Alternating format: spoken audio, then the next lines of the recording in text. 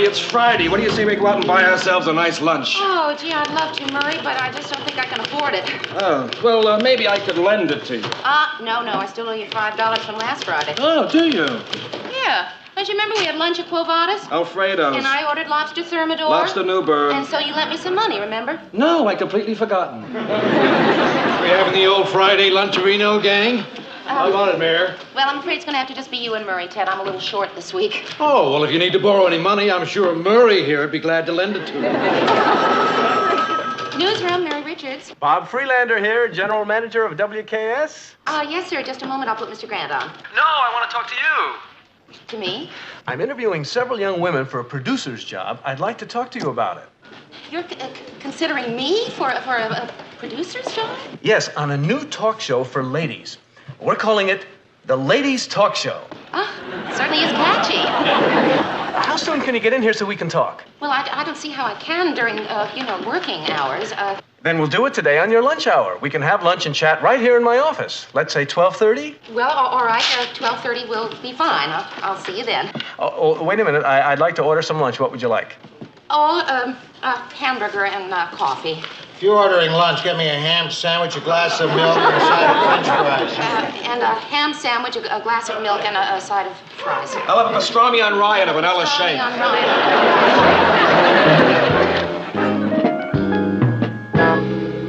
Is it good news or bad news, Mary? Phyllis, since when do you agree bad news with champagne? Champagne, Mary! I didn't know they even made it in Idaho. So, what's the news? So, the news is that I have been offered a new job. To produce a women's talk show at another television station. Mary, Yes, produce! producer. That's terrific! It means a lot more money. It means my own office and a private secretary. Hey, and you'll meet new guys, and you'll be able to afford a whole new wardrobe. Right? And I don't want to do it. Oh, yeah. Money, guys, glamour, who wants that? If you don't want the job, then why the champagne? Because I'm going to have to take this job. I can't afford not to. So I am trying to convince myself that I'm really happy about it. So why don't we have some champagne and celebrate my new job? Why don't we? Because I don't want a new job. I will be leaving a lot of people that I love, and I feel like a traitor to Mr. Grant. Oh, that's ridiculous. Your only loyalty should be to yourself. But Phil, Mr. Grant took a big chance on me. When he hired me, I was completely inexperienced. That's like saying that I owe Lars something for marrying me because I was completely inexperienced. Mary, take the job. You owe it to yourself. Just don't know. Mary, look, if you don't want to leave, go into Lou Grant and demand a raise. Oh, Rhoda, I could get a raise. What I need is a raise. It's painfully simple. There are two choices here. A, Lou Grant meets your price, or B, you quit. You're right. It is. It's painfully simple. Well, I guess we don't need this yet. Hey, Mary, next time you throw a party, would you let us know beforehand if you can open the bottle? You know, Murray, maybe I don't need a raise after all. I'm going over my budget here, and I figure that on my salary, I can't possibly make it. But somehow, this month, I did. It's fantastic. It came out even, right down to the penny. Well, almost. Did I pay you back the $5 I owe you? Oh. I do need a raise, don't I? Newsroom, Mary Richards. Oh, hello, Mr. Free. No, I haven't made that decision yet. $20 a month for gasoline, that's not bad. Yes, sir. I understand that you'd like an answer soon. Hey, Murr, this girl throws away more money on food than I spend on booze. It's just that it's not quite as easy to come to it. You know, there are other factors to consider here. $25 a month for dry cleaning? Well, that includes my laundry. Listen, I'll try to get back to you this afternoon. Would 10 minutes be all right? All right, I'll talk to you then. Goodbye. Never make it. I know. Mr. Grant? Could I speak to you for a minute? Sure, come on in. Mr. Grant, the reason that I have been going over my budget is I have been offered a new job. It's over at WKS to produce a ladies' talk show called the Ladies' Talk Show. You knew. Well, The broadcasting industry in this town is like a big family. Everybody knows what everybody else is doing. For example, Bob Freelander undoubtedly knows that this morning I went to our general manager and told him I wanted to give you a raise. Oh, Mr. Grant, that's just wonderful. It would have been, but he turned me down. Now, before you get on the phone and try to tell Freelander that you'll take his job, let me give you a word of advice. Don't. Give me a good reason not to, please. Mary, it's cold out there. Everyone's jockeying for position, ready to cut each other's throat. Is that what you want? You guessed it, Mr. Grant. I want to go out there and scratch and claw for power. I'll stop at nothing in my ruthless fight for the top. Mary, it's dog-eat-dog in this business. That's what I'm trying to tell you. I thought you said the broadcasting business was like a big family. I didn't say it was a nice family. Mr. Grant, we both know what has to be done here, and it would make it a whole lot easier for me if you would be the one to say it. Mary, you are going to have to quit me. Couldn't you just have said quit the station or just plain quit? Well, I guess I said that because I hired you. Not the station, me. But just because I went out on a limb for you, I certainly wouldn't want any sense of loyalty to me to interfere with a better deal for you. Sure glad that you're not putting this on any kind of, personal basis. The reason I am is because I don't want you to go. I'll miss you. Well, I'll miss you, too. When does Freelander want you to start? Well, he said as soon as you can find a replacement for me. Oh, don't worry about that. Oh. Well, then I guess I'll clean out my desk on Friday. Okay. Hey, I want to give you a going-away party. Who usually arranges for those things? I do.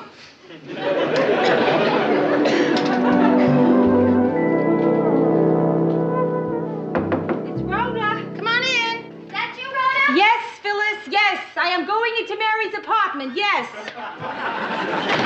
She doesn't miss a thing that goes on in this entire building. Hey, Mary, I just washed my hair. Can I borrow your dryer? Oh, I'm sorry, Rhoda. It's broken again. Well, listen, soon the money will start pouring in from your new job, and we'll be able to afford a new one. Can I borrow your stove? Yeah, sure. It beats trying to dry your hair over a hot plate. Hey, Mary, were you in bed? I'm sorry. No, listen, I tried to go to sleep, but I just couldn't. I guess it's because of the new job.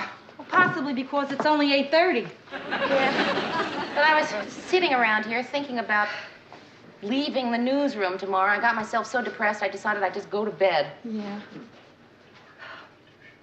You know what hot milk tastes like? Hot milk. Sure. I'm an expert on the stuff. Did you know that the first man to drink hot milk invented the word yuck? Hey, come on, kid. Let's just talk, huh? Yeah, good. Anything. I just don't want to think about that new job. All right, what do you want to talk about? They showed me my new office today. Outside it, there was this bunch of girls all laughing and giggling and having fun. And there I was inside my private cubicle, practicing sitting behind this big desk looking like an executive. Felt like Rosalind Russell. It's going to be tough trying to find you a tweed suit with padded shoulders. Hey, wait. No, it isn't. I just remembered. I've got one. Yeah. Oh! Why didn't you tell me you're having a pajama party? Phyllis, I'm not wearing pajamas. Oh. With you, it's always so hard to tell, Rhoda. So, what did I miss? Nothing much. I was just telling Rhoda how hard it's going to be to leave my old job tomorrow. Oh, Mary. Dear, funny Mary. There are some lessons that I've learned in my life that I would like to share with you right now. Mary, you know that trouble you've been having tonight about sleeping? This ought to do it. Good night. Good night. Life, as I see it, is a long trail of leavings.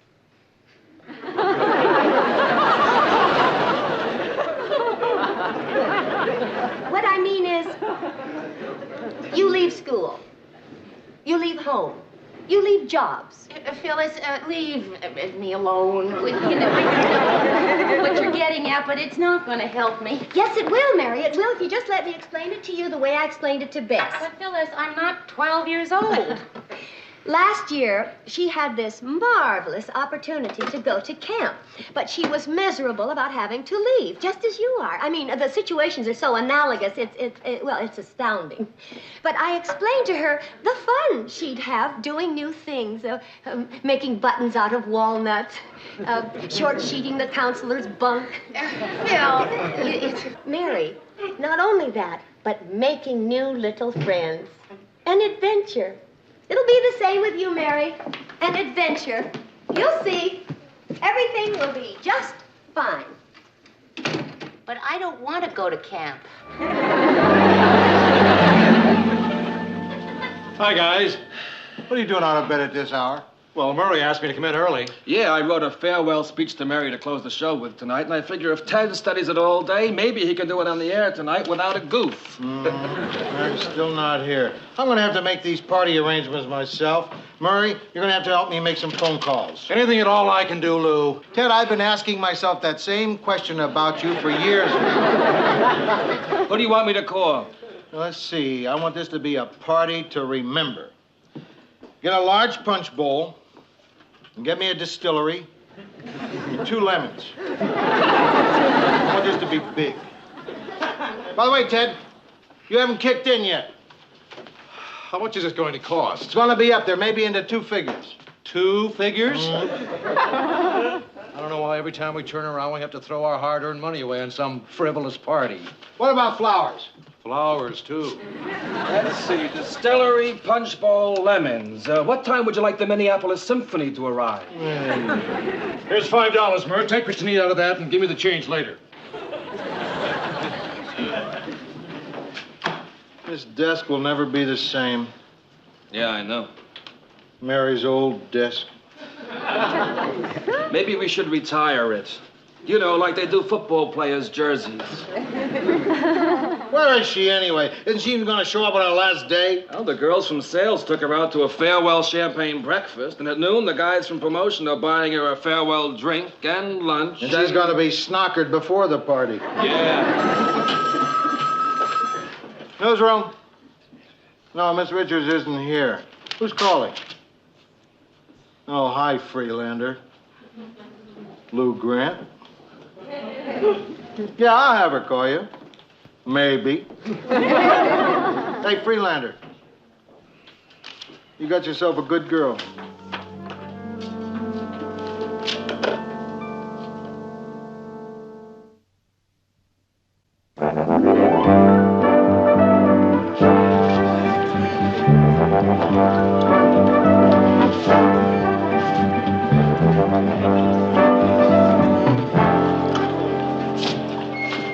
You'd think Mary would be back from lunch by dinner time.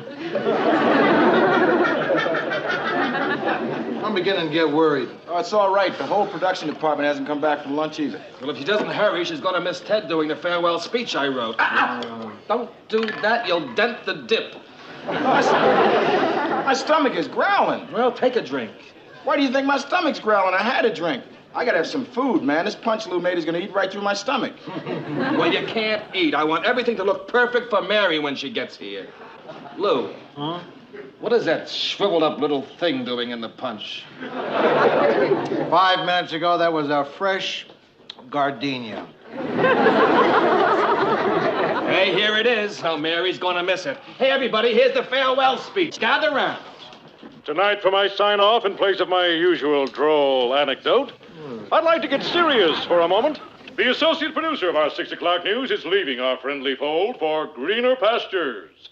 And it is with mixed joy and sadness that we view her exodus. So all of us here at WJM wish a bon voyage through the ocean of life and the best of luck to our own Mary Rickards. Richards! Her name is Richard. Well, it's my fault. It's all my fault. Why your fault? Well, I wrote the whole speech out phonetically except for Mary's name. How did it sound, boys? Rickards! You said Rickards! I don't get your point, Murr. Her name is Richards. Now I get your point. Hi, guys. Hi, Mayor. Hi, Murray. Hi, Mary. Hi, Ted. Hello, Mr. Lou.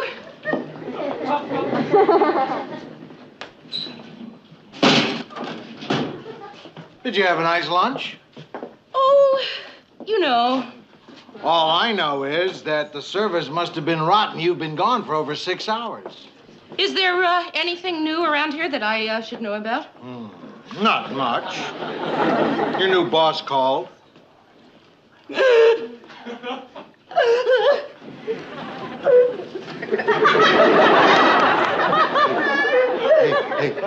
try to keep it down. Everybody's looking. I know. Everybody kept buying me drinks, and I kept letting them because I couldn't face coming back here and having to say goodbye to all of you.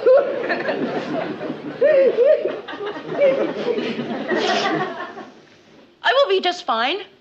Just give me a moment alone. Don't worry. I will not embarrass you. You good old boss. It's gonna be some party, baby. I'm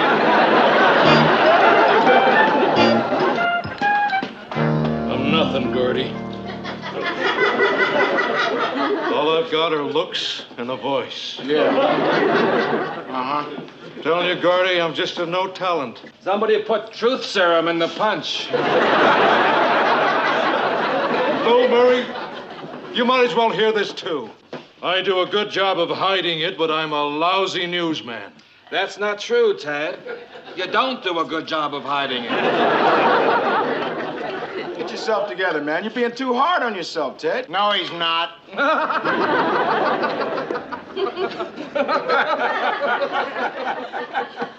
Oh, just a wonderful bunch of wonderful guys. She really picks up a party, doesn't she? I should have stayed with what I started out to be. The only thing I ever really wanted to be. A male fashion model.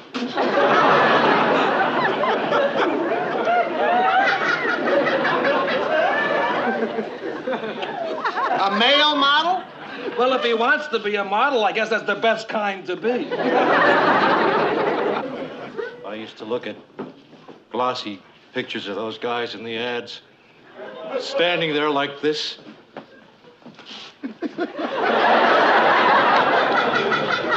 How do I look? Sober? Sober. I think it's happened. What's happened? I've built up an immunity to booze. Lou, Gordy. Yeah. Now, I am in the presence of men, real men, and I know I can trust you. Yeah, uh-huh. Well, now, I have been happily married to the same woman for 10 years. You know that. Yeah. But every once in a while... Hold it, Murray. I've been here a few times. In bars, at various parties. People sometimes say things at times like this that they later wish they hadn't. Yeah. So I'd like to stop you right now from mentioning any names. Marie McGuire. You tried. I didn't hear it. Marie McGuire. She was a pom-pom girl in college. Oh, boy, was she something. Blonde hair, blue eyes. Blonde hair, blue eyes. Marie... That's your wife. Yeah, I know. Isn't it terrific? It's gonna be one of those big parties.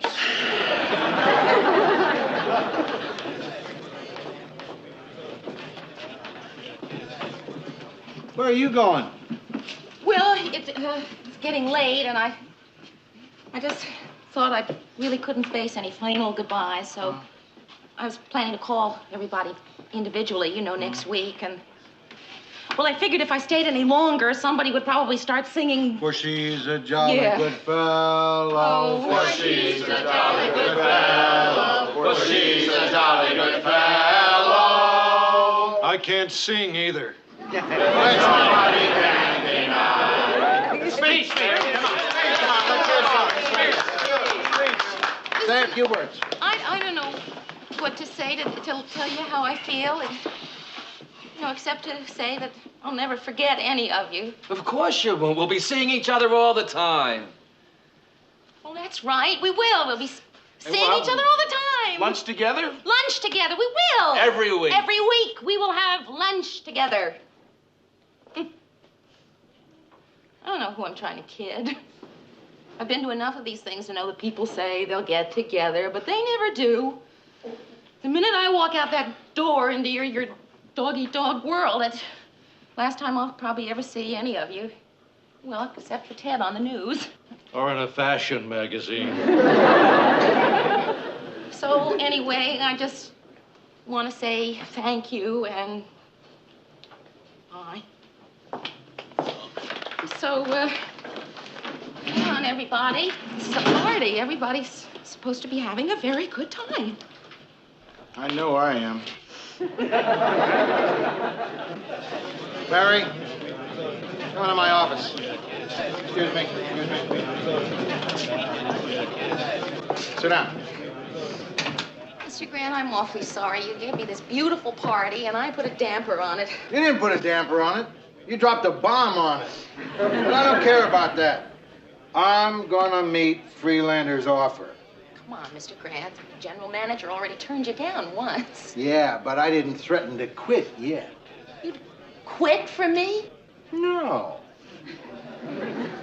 But the general manager doesn't know that.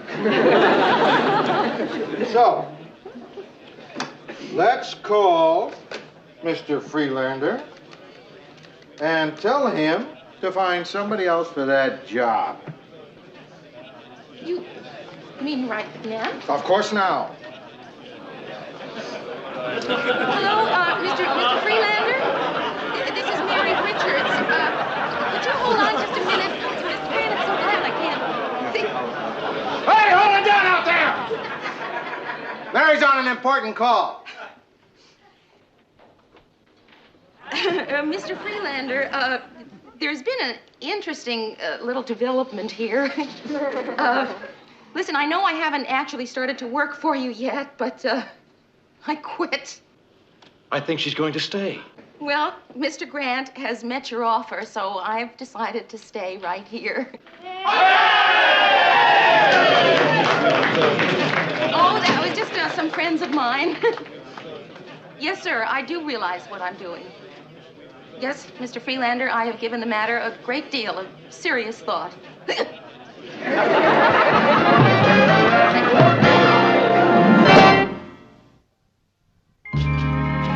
Hiya, Ted. Oh, hi, Mayor. Oh, Mayor.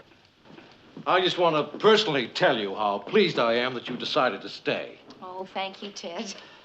Was a lovely party, wasn't it? The best. We all chipped in, you know. Oh, did you? Yes.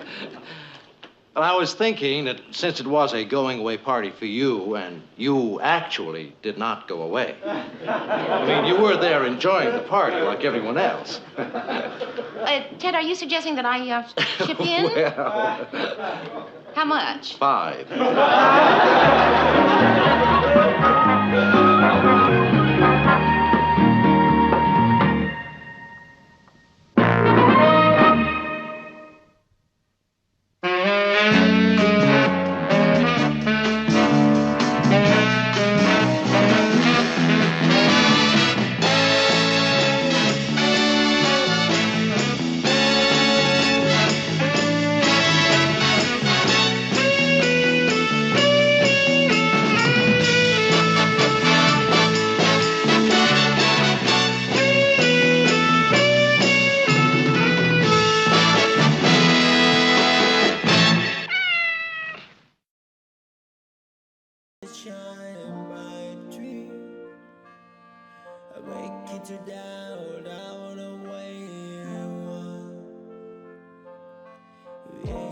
Share